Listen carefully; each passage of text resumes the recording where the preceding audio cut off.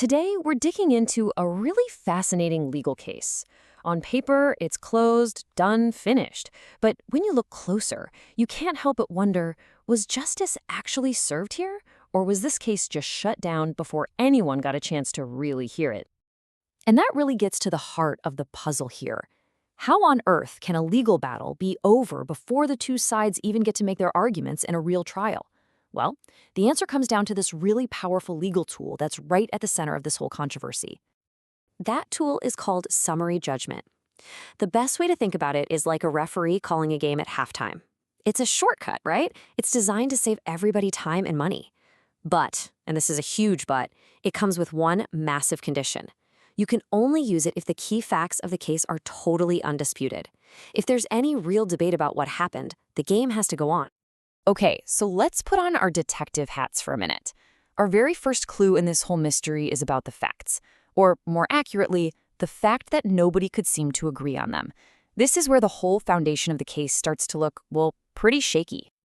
You know, the rule itself is crystal clear. For a judge to end a case early with summary judgment, there can be no genuine arguments over the most important facts. It's a bright line rule. No ifs, ands, or buts about it.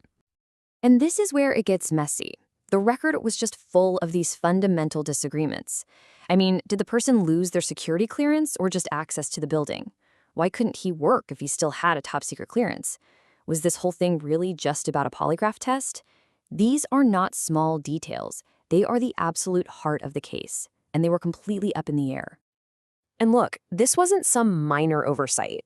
The Equal Employment Opportunity Commission's own review office took a look and basically said, wait a second, we can't even tell from this record why this person was removed. When a federal oversight office says that, it's a huge red flag that summary judgment was probably the wrong call. All right, let's move on to our second clue because it builds on this. The argument here is that the entire investigation was pointed in the completely wrong direction from the get-go. It's almost like they were trying to solve the wrong puzzle. So here's the deal.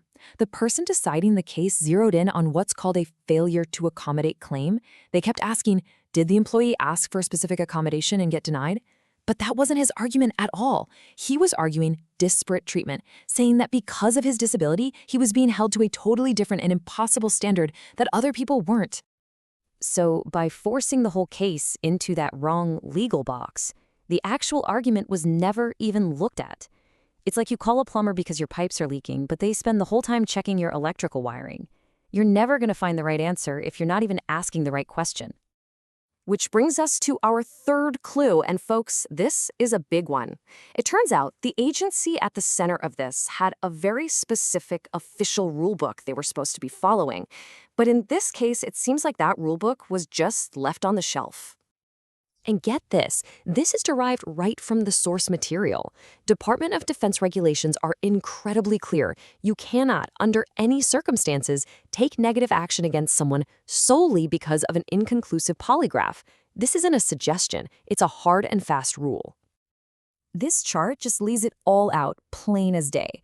On one side, you have the rules. They say postpone testing for a medical issue. But what happened? Action was taken anyway. The rules say you can't act just based on a polygraph. What happened? Security concerns tied directly to that polygraph were used to justify removal. The regulations just weren't applied. Period. Okay, on to our fourth and final clue, and this is something that always raises eyebrows in an investigation. The official story kept changing. You know, when the reason for something keeps shifting, you really have to start wondering what's actually going on. So first, the agency said he lost access to the facility, but his security clearance was totally fine. Now, that's a really important difference, right? One is a local issue.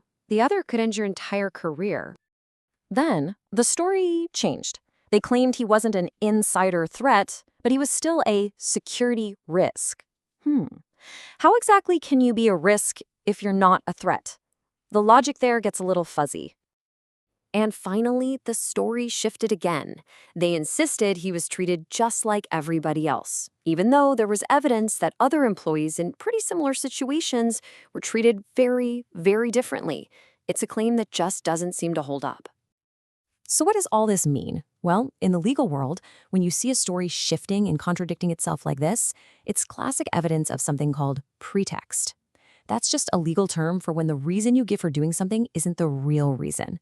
And usually, evidence of pretext is the exact thing that is supposed to stop a case from being thrown out by summary judgment. So, let's recap.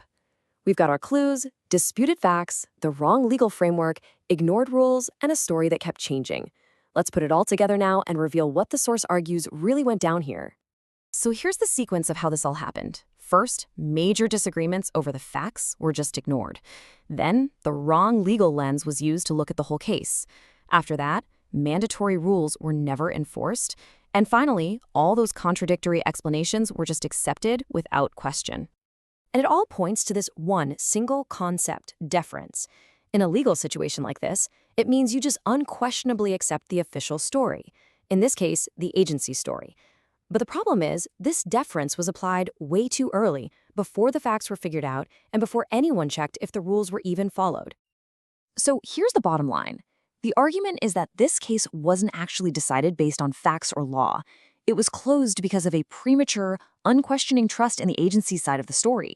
It wasn't really an adjudication at all. And that leaves us with a really critical question, one that goes way beyond just this one case.